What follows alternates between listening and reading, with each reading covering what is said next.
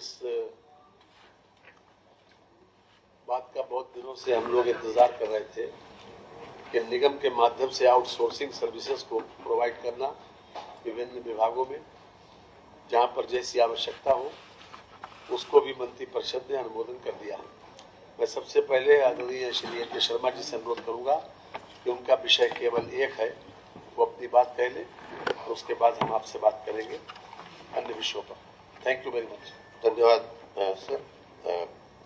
Media के सभी मित्रों, ये नगरीय परिवहन से जुड़ा हुआ विषय है और नगरों में आने जाने वाले लोग, जो आसपास के इलाकों से जो लोग आते जाते हैं, उनके परिवहन की सुविधा को बेहतर बनाने के लिए हम लोगों ने एक प्रस्ताव मंत्रिपरिषद के समक्ष रखा था कि नेट कॉस्ट बेसिस पे, मतलब कि प्राइवेट ऑपरेटर को हम लोग लाइसेंस दें और वो लोग अपने घाटा मुनाफा के बदौलत, सरकार उनको कोई पैसा नहीं देगी, कोई सपोर्ट नहीं देगी, सिर्फ उनको एक वैधानिक सपोर्ट देते हुए ई चार्जिंग वगैरह की जो व्यवस्थाएं हैं उसको थोड़ा सा उनको सुविधा देते हुए सारा का सारा खर्च प्राइवेट ऑपरेटर उठावे, इस शर्त पे net cost contract basis model बोलते हैं उसको, उस पे प्रयोग के रूप में कानपुर और लखनऊ के 10-10 रूट, मतलब कुल मिलाकर के 20 रूट पे इस तरह की सुविधा करने का हम लोगों का मंशा है और उससे माननीय मंत्रिपरिषद ने मंजूरी दिया है। आपको मैं भी बता दूं कि वर्तमान में 15 नगर निगमों में 743 ई बसों का संचालन हो रहा है और ये जो बसें बनेगी, कुल कानपुर में 10 रूट और लखनऊ में 10 रूट, इस प्रकार 20 रूट पे ये बसें चलेगी। ई बसें होंगी सारी की सारी। इसमें एक बस पर लगभग जो है, एक बस की कीमत लगभग 10 करोड़ के आसपास आएगी और थोड़ा उनकी जो चार्जिंग वगैरह की व्यवस्था है उस पर किया जाएगा। ये 12 वर्ष के लिए हम लोग ये कॉन्ट्रैक्ट उन प्राइवेट ऑपरेटर्स के साथ करेंगे। उनका जो भाड़ा है वो तय करने का अधिकार सरकार अपने पास सुरक्षित रखती है और बाकी उनको लाइसेंस दिया जाएगा जिसके चलते वो कर लेंगे। आपकी जानकारी के लिए चारबाग से लखनऊ की अगर बात किया जाए तो चारबाग से बाराबंकी, कामता से एयरपोर्ट, बालागंज से मोहनलालगंज, बालागंज से विराजखंड, घंटाघर से माल थाना, स्कूटर इंडिया से इंजीनियरिंग कॉलेज, चारबाग से देवा, चारबाग से कुर्सी, दुबग्गा से गंगागंज और घंटाघर से संडीला। ये लखनऊ के 10 रूट अभी चिन्हित किए गए हैं, फिर इसमें घटाया बढ़ाया भी जा सकता है। उसी प्रकार कानपुर के भी 10 रूट, राम देवी से जहानाबाद, फजलगंज से रूरा, घंटाघर से अकबरपुर, कानपुर रेलवे स्टेशन से बिंदकी, कानपुर रेलवे स्टेशन से बिठूर, कानपुर रेलवे स्टेशन से घाटमपुर, कानपुर रेलवे स्टेशन से IIT, घंटाघर से मूसानगर, कानपुर सिटी से सर्कुलर रूट। तो इस प्रकार इन 20 रूटों पे ये बसें प्राइवेट ऑपरेटर्स चलाएंगे। बसों की संख्या हर रूट पे 10-10 बस के हिसाब से एक हाँ जी, अभी एक से है, लेकिन उनको बढ़ाया भी जा सकता है। ऑपरेटर प्राइवेट होगा, उसको टेंडर के आधार पे उसका सिलेक्शन होगा, जो सबसे किफायती भाड़ा, सबसे किफायती शर्तें रखेगा उसका सिलेक्शन होगा और उनको चलाने की छूट मिलेगी। सब कुछ उन्हीं का होगा, ड्राइवर, कंडक्टर, बस, डीजल, बस, इलेक्ट्रॉनिक चार्जिंग, इलेक्ट्रिक चार्जिंग, सारी की सारी व्यवस्थाएं उनकी होंगी। हम खाली उनको लाइसेंसिंग करेंगे, मॉनिटर करेंगे, भाड़ा वो एकदम से बढ़ावे ना, उसकी व्यवस्था रखेंगे। चार्जिंग की जो व्यवस्था है वो, क्योंकि चार्जिंग में गवर्नमेंट का भी रोल आता है, बिजली विभाग का रोल आता है, तो उतनी वहां तक उनको पॉइंट तक बिजली देने का व्यवस्था सरकार करेगी, बाकी सारा का सारा काम उनका होगा। बहुत बहुत धन्यवाद माननीय शर्मा जी। उत्तर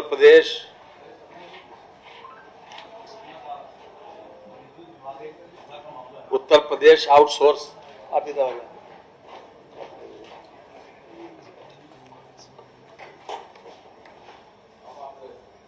उत्तर प्रदेश आउटसोर्स सेवा निगम की का कंपनीज एक्ट 2013 के सेक्शन 8 के अंतर्गत एक public limited company non profitable का जो गठन किया गया है, उसी के तहत उत्तर प्रदेश सरकार के विभिन्न विभागों तथा संस्थाओं में आउटसोर्सिंग के माध्यम से कार्मिकों की सेवाएं जो दी जा रही हैं, उसको बेहतर बनाने के लिए आज मंत्री परिषद के समक्ष एक प्रस्ताव आया है।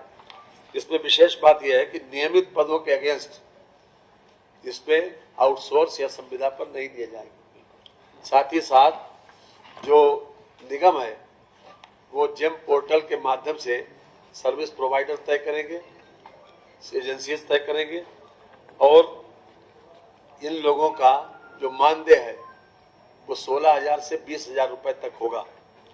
साथ ही साथ यदि किसी प्रकार की अनियमितता पाई जाती है 3 वर्ष के लिए इनको सेवा का अवसर मिलेगा और किसी प्रकार की अनियमितता पाई अगर जाती है तो विभाग की संस्तुति पर जो एजेंसी है निगम के भी संज्ञान में लाकर उसकी सेवाओं को समाप्त किया जा सकता है।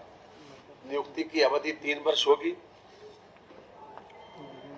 और मैं समझता हूं कि अभी तक की जो आउटसोर्सिंग के लोग जो तरह तरह की बातें चल रही थी और काफी दिनों से इस बात की प्रतीक्षा थी, उसमें उन लोगों को विशेष रूप से सुविधा मिलेगी।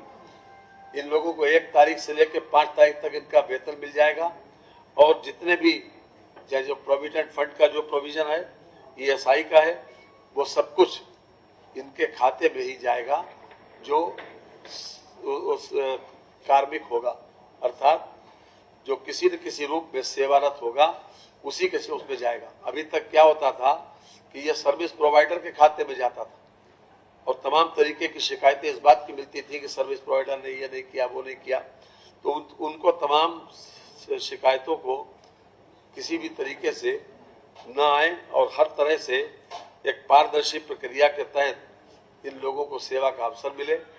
और चूंकि अभी तक सरकार तो देती थी पैसा, लेकिन इन लोगों को ये भी शिकायत मिलती थी कि इन लोगों को पूरा पैसा जितना सरकार देती है उतना नहीं मिल पाता।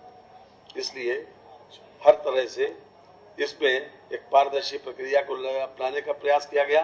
साथ साथ आरक्षण का भी प्राविधान किया गया। इसमें SC, ST, OBC, भूतपूर्व सैनिक, स्वतंत्रता संग्राम सेनानी आश्रित, दिव्यांगजन, महिला आरक्षण का प्राविधान भी इसमें किया गया है। बदलाव किया गया। अभी तक तो 10-10 और 12-12 वर्षों से लोग आउटसोर्सिंग में काम कर रहे हैं। अभी आपने बताया मैंने कहा ना कि 3 वर्ष के लिए किया जाएगा और एजेंसी को वो लोग कंटिन्यू कर सकते हैं। जी मानदेय बढ़ाने की व्यवस्था होगी जी 16,000 नहीं, हर साल की बात नहीं है, एक बार तो 3 साल के लिए होगा, लेकिन इन लोगों के लिए काफी व्यवस्था की गई है। क्योंकि अभी तक यदि कि मैटरनिटी अगर महिला है तो मैटरनिटी लीव उसकी व्यवस्था भी की गई है। साथ ही साथ अब तो हो गया जी, और महीने में 26 दिन से इनसे सेवा ली जाएगी और इनकी अगर मृत्यु हो जाती है तो इनको 15,000 रुपए इनकी मृत्यु पर ऊपर देने के बाद अंतिम संस्कार के लिए दिए जाएंगे। मैं इसलिए कह रहा हूं कि पूरी संवेदनशीलता बरती है सरकार ने इस बात के लिए कि हम जो भी आउटसोर्सिंग के कर्मचारी हैं उनको एक सम्मानजनक मानदेय भी मिले और उनकी सर्विस कंडीशन भी बेहतर हो और आरक्षण का भी लाभ उनको मिले।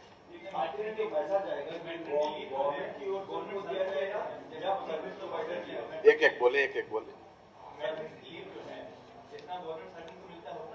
जी 180 दिन।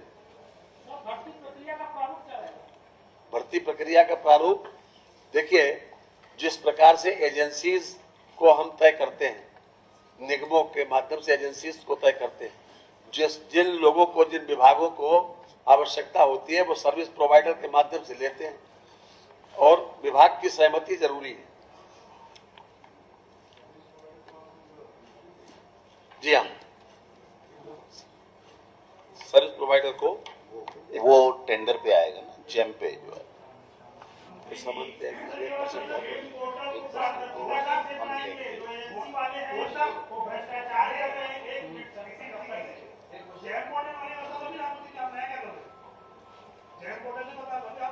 ऐसा है, मैं अभी उनके अकाउंट में पैसा पूरा जाएगा। अभी तक ईएसआई का ईपीएफ का पैसा सर्विस प्रोवाइडर के पास जाता था, जिसपे शिकायत ये थी कि वो जमा नहीं करते, और जितनी कंडीशंस जितनी दी हैं, जो संवेदनशीलता के बाद आरक्षण की व्यवस्था नहीं है थी उसमें पहले, अब आरक्षण की व्यवस्था करने जा रहे हैं। जिस प्रकार से निगम ही बना है, निगम के तहत मैंने आपको शुरुआत जहां करी आपने सुना नहीं, मैंने पूरा पहले यहीं से शुरू किया था। उत्तर प्रदेश आउटसोर्स सेवा निगम का कंपनीज एक्ट 2013 के सेक्शन 8 के अंतर्गत ये व्यवस्था लागू की गई। अब दूसरा देख लीजिए,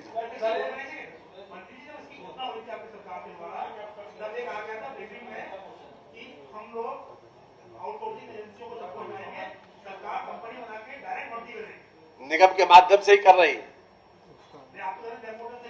निगम के माध्यम से उनका चयन करेंगे।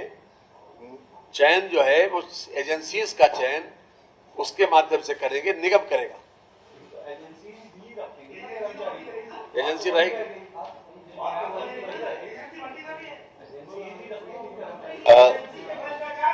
नहीं, हाँ,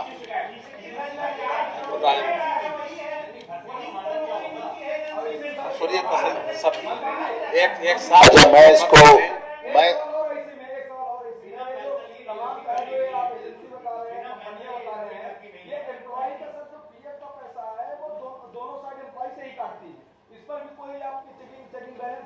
तो नहीं एम्प्लॉइज के अकाउंट में जाएगा पैसा पूरा, आपने वो अपना स्वयं जमा करेंगे।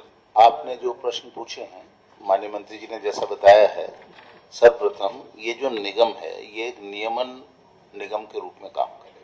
अभी ऐसी कोई अम्ब्रेला व्यवस्था नहीं है जो एजेंसियों को रेगुलेट करे। तो सबसे पहली चीज तो ये है कि एक इनका नियमन होगा। नंबर 2, जेम के माध्यम से जरूर, क्योंकि कोई चयन की प्रक्रिया तो रखनी पड़ेगी और वो जो सरकारी व्यवस्था है वो जेम पर आधारित है, तो वो हम जेम पर ही आउटसोर्सिंग एजेंसी का चयन करेंगे। लेकिन आउटसोर्सिंग एजेंसी का चयन जो अब तक विभाग करते थे, अब निगम करेगा। जिस विभाग को जितने मैन पावर की जरूरत है वो निगम को बताएगा, निगम उसकी आवश्यकता के अनुसार मैच करते हुए जो चयनित या क्वालिफाइड कहूंगा आउटसोर्सिंग एजेंसियां हैं उसको अलॉट कर देगी।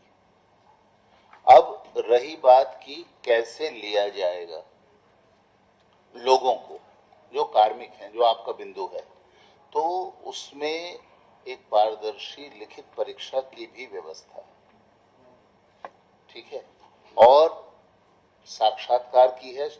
तो 4 श्रेणियों में जो आउटसोर्सिंग हम सेवा लेंगे, आउटसोर्सिंग सेवाएं लेंगे। उदाहरण के तौर पर जैसे कि सरकार में ट्रांसलेशन की सेवा हो, तो अगर हमें वहां पर अनुवादकीय सेवाएं लेनी है तो जो ट्रांसलेशन का ज्ञान रखने वाले लोग अप्लाई करेंगे तो हम उनकी सेवाएं लेंगे। नंबर 1, उस सेवा के लिए हम उनको पे करेंगे, तो हमने उनको अलग अलग श्रेणी में डाला है। तो जैसे इसी चीज को बताने के लिए अनुवादकीय सेवाएं जो हैं श्रेणी 2 में आएंगी, उसमें हम अप टू 25,000 रुपए तक देंगे, ठीक है। वो हम तय करेंगे निगम और विभाग के हम कितना देंगे, पर अप टू 25,000 रुपए तक हम देंगे। तो इस प्रकार से वो जो कितना उन सेवाओं के लिए पे करना है वो कर रहे हैं। तो जैसा माननीय मंत्री जी ने आपको सूचित किया कि नियमित पदों के सापेक्ष नहीं होगा, ये सेवाओं के लिए होगा। ये प्रश्न ये था कि जो आप एजेंसी निगम के द्वारा चयनित कर रहे हैं वो भर्ती करके जहां विभाग में आवश्यकता है उनको देंगे, लेकिन जो चयन की प्रक्रिया है, चयन की प्रक्रिया बताई तो अभी आपको लिखित परीक्षा भी होगी, मौखिक साक्षात्कार भी होगा।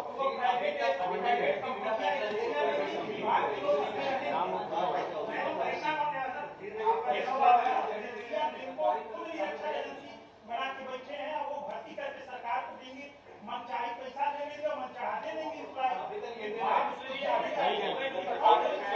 निगम सबको निगम ऐसा है सुनिए, ये निगम के माध्यम से होगा। आप उसमें आप देखिएगा जो व्यवहार नहीं, जितनी बातें आपके संज्ञान में आई हैं, ऐसा नहीं कि हम लोग उससे अनभिज्ञ हैं, तो उसको पूरा इंतजाम किया गया है उसका, कि परीक्षा और मौखिक उसका साक्षात्कार लेने के बाद ही किया जाएगा। अब दूसरे पे आने दीजिए।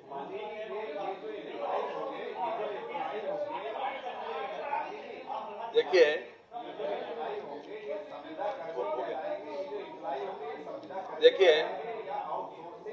ये आउटसोर्स कहलाएंगे, ये संविदा कर्मी नहीं। दूसरा 11 महीने का टेन्योर होता है, क्या इसको बढ़ा करके रखा जाएगा या वही 11 महीने वाले रखा जाएगा? 3 साल का बताया। देखिए प्रारंभ में ही बताया था 3 साल के लिए। दूसरा, हमारे एक और अधिकारी भी हैं, उत्तर प्रदेश इलेक्ट्रॉनिक्स घटक विनिर्माण नीति 2025। ये खास तौर से हमारा जो एक्सपोर्ट है वो इलेक्ट्रॉनिक्स के अभी तक घटक जितने भी हम अभी तक बनाते हैं, जो कुछ भी इक्विपमेंट्स बनाते हैं, ज़्यादातर इक्विपमेंट्स हम असेंबल करते हैं इलेक्ट्रॉनिक्स। बाकी चीज़ें बाहर से आती हैं, असेंबल हम लोग करते हैं। जैसे पीसीबी, मोबाइल फ़ोन पर जो कैमरा वगैरह लगता है उसको भी, डिस्प्ले यूनिट, इस प्रकार के जो यूनिट हम बाहर से खास ला के यहाँ पर असेंबल करते हैं मोबाइल में या लैपटॉप में, उसको हम स्वयं निर्मित करेंगे। इस प्रकार की नीति हमारी सरकार लेकर आई है और मैं समझता हूँ कि ये हमारे इलेक्ट्रॉनिक पूरे सिस्टम को बहुत ज़्यादा अपलिफ्ट करेगी। मैं श्री अनुराग यादव जो हमारे प्रमुख सचिव हैं उनसे कहेंगे कि इसके ऊपर जरा प्रकाश डिटेल में डाल दें। सर, सभी लोग इसमें वाकिफ होंगे यहाँ पे। सर, इलेक्ट्रॉनिक्स उद्योग में देश में पिछले 8 वर्षों में जो तरक्की हुई है वो अभूतपूर्व रही है। करीब 2015 में अगर आप देखेंगे आंकड़े वर्ष के, तो उस समय में महज 2 यूनिट ऐसी थी जो मोबाइल बनाती थी देश में, पूरे देश में। आज की तारीख में 300 हैं। इलेक्ट्रॉनिक गुड्स का जो निर्माण होता था वो लगभग 1.9 लाख करोड़ का हुआ करता था 15 में। पिछले 9-10 वर्षों में ये बढ़ के 11 लाख करोड़ से ऊपर का हुआ है।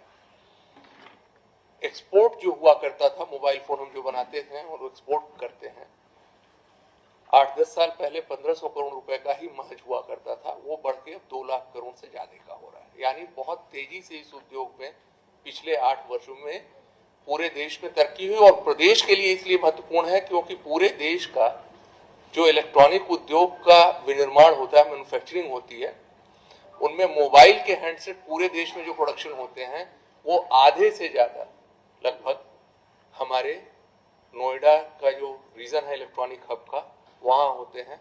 कोई ऐसा ब्रांड नहीं है जो वहां पर निर्मित नहीं हो रहा है। आज की तारीख में सैमसंग सबसे बड़ा ब्रांड कहा जाता है, लेकिन उसके अलावा भी अगर आप इलेक्ट्रॉनिक उद्योग में देखेंगे जाके यूनिट्स, तो बहुत अच्छी तरक्की पिछले 8-10 वर्षों में विश्व स्तरीय फैसिलिटीज डेवलप हुई हैं। अभी कुछ दिनों पहले आप लोगों ने देखा होगा, आपकी खबर थी कि माननीय रक्षा मंत्री जी, माननीय मुख्यमंत्री जी एक यूनिट में नोएडा में गए हैं जहां ड्रोन बन रहा है, वो भी इलेक्ट्रॉनिक इक्विपमेंट होता है। अभी तक हम जो कर रहे थे उसमें यह है कि किसी भी उत्पाद का जितना असेंबली, जैसा माननीय मंत्री जी ने बताया, असेंबली के कुछ कंपोनेंट्स हमारे अपने पास से कुछ मंगाते थे, पर जो हाई वैल्यू कंपोनेंट होते हैं किसी भी चीज से जिससे ज्यादा प्रॉफिटेबिलिटी आती है, उसको लेकर करीब 11 कंपोनेंट्स ऐसे थे जिनको लेकर भारत सरकार ने एक रणनीति तय की है, नीति आयोग ने, global value chain of electronic goods की, और भारत सरकार ने उसमें अप्रैल में इलेक्ट्रॉनिक विनिर्माण की नीति लाई। और उसके साथ साथ जो हम राज्य सरकार भी उसको बढ़ावा देने के लिए, अपने राज्य में हमारे उद्योग है ये, और राष्ट्रीय जो उद्देश्य है कि देश को आत्मनिर्भर बनाया जाए, प्रदेश को आत्मनिर्भर बनाया जाए और प्रदेश को एक इंजन जो बना हुआ है ग्रोथ इंजन इलेक्ट्रॉनिक्स मैन्युफैक्चरिंग का, उसमें आगे बढ़ाते रहे हम। इसलिए हम लोगों ने माननीय मुख्यमंत्री जी के निर्देशन में ये नीति जो राज्य में लाए हैं हम, इलेक्ट्रॉनिक कंपोनेंट मैन्युफैक्चरिंग पॉलिसी, इसका मुख्य उद्देश्य यह है कि भारत सरकार की जो नीति कंपोनेंट बनाने की है उसको हम कॉम्प्लीमेंट करें, उसके साथ राज्य की ओर से भी लोगों को प्रोत्साहन मिले और अब असेंबली के साथ साथ देश में, प्रदेश में ही हम निर्माण कर सकें ऐसी चीजों का जो पूरे विश्व को निर्यात हो सके। तो इस नीति का बहुत बड़ा फायदा प्रदेश के आर्थिक जगत को होगा, एम्प्लॉयमेंट को होगा। इस नीति में एम्प्लॉयमेंट से इंसेंटिव को जोड़ा गया है जो इंडस्ट्रीज आएंगी और हमें उम्मीद है कि 6 वर्षों के लिए नीति लागू हो रही है। इससे एक बहुत बड़ा लाभ आर्थिक रूप से रोजगार के लिए प्रदेश को होगा, देश को होगा। जी एक एक करके पूछेंगे, मैं बता दूंगा। जी मैं बता दे रहा हूँ। जो 11 कंपोनेंट हैं उनमें डिस्प्ले मॉड्यूल होता है, जो आप लोग मीडिया के हैं सभी लोग वाकिफ होंगे। कैमरा मॉड्यूल है, नॉन सरफेस माउंटिंग डिवाइस होती हैं जो कंपोनेंट की लगाई जाती है सर्किट बोर्ड में, वो है। इलेक्ट्रोमैकेनिकल कंपोनेंट्स हैं, मल्टी लेयर पीसीबी, क्योंकि हाई एंड इलेक्ट्रॉनिक गुड्स है ये, तो उसके लिए जो मल्टी लेयर पीसीबी बोर्ड बनते हैं वो है। जो बैटरी सेल लगती हैं आपकी मोबाइल में 10,000 mAh वाली तक, बड़ी वाली गाड़ी की नहीं, वो इलेक्ट्रॉनिक प्रोडक्शंस में आती हैं, ऑटोमोबाइल वाली नहीं, इलेक्ट्रॉनिक गुड्स वाली अप टू 10,000 वो आती हैं इसमें। जो इनक्लोजर्स बनते हैं, कवर बनता है जो, तो पॉलीकार्बोनेट से बनता है, वो दाना होता है पेट्रोलियम का, उसको मोल्ड करके मोल्ड में बनाते हैं पॉलीकार्बोनेट। तो एनक्लोजर्स जो बनेंगे वो, इसके अलावा जो इनको बनाने की मशीनें होती हैं, मशीनरी जो होती है, जिस मशीनरी से ये बनेगा, तो उस मशीनरी का भी, क्योंकि यूनिट्स बढ़ेंगी हमारे यहाँ, अभी हम कई ऐसी मशीनरी है जो इंपोर्ट करते हैं, तो वो मशीनरी भी अगर कोई बनाना शुरू कर देगा यहाँ, जिससे कि हमारे उद्योग में सीधे सीधे मशीन बनना शुरू हो जाएंगे, तो उनको भी इसमें सम्मिलित किया गया। मुझे ये बहुत हद तक आप कह सकते हैं कि नहीं बना, कुछ चीजें बनती थी, पर ज्यादातर जो इलेक्ट्रॉनिक्स की हाई वैल्यू चीजें थी ये सही है। तो किसी भी, आप अगर देखेंगे किसी भी सेक्टर में ग्रोथ आने का ये तरीका होता है, इसका असर आएगा, सस्ता होगा और हम एक्सपोर्ट करेंगे, वर्ल्ड मार्केट में कॉम्पिटिटिव होंगे चीजें। कि जब आप मैन्युफैक्चर खुद करना शुरू करेंगे, और प्रोत्साहन इसलिए देना जरूरी है कि आज की तारीख में मैन्युफैक्चरिंग को हम प्रोत्साहित करें, जिससे कि वो यहाँ पे बनाना उनके लिए निर्माण की कॉस्ट कम हो सके और वो वर्ल्ड लेवल पे कॉम्पिटिटिव हो सके, जो बाकी देश है कुछ जगहों पे निर्माण होता है। जी बिल्कुल कम होगी, क्योंकि अभी बहुत सारा इक्विपमेंट ऐसा है जो वहां से इंपोर्ट होता है। तो इस मेन पर्पज, जैसे मैंने कहा, कि एक तो आर्थिक ग्रोथ का है, दूसरा स्वावलंबन का है, आत्मनिर्भरता का है।